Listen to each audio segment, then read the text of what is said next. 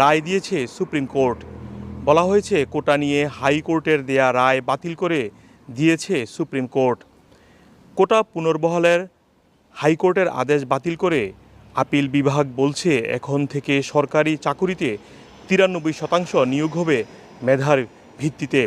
বাকি 7%-এর মধ্যে 5% মুক্তিযোদ্ধা কোটা, 1% ক্ষুদ্র নৃগোষ্ঠী আর 1% প্রতিবন্ধী তৃতীয় লিঙ্গের কোটা হিসাবে থাকবে। তবে সরকার চাইলে এই কোটার হার কম বেশি করতে পারবে। হাইকোর্টের আদেশের বিরুদ্ধে রোববার সরকারের লিভ টু আপিলের শুনানি হয়। সুপ্রিম কোর্টের পূর্ণাঙ্গ বেঞ্চে শুনানির পর দুপুর 1:30টায় এই রায় দেয়া হয়।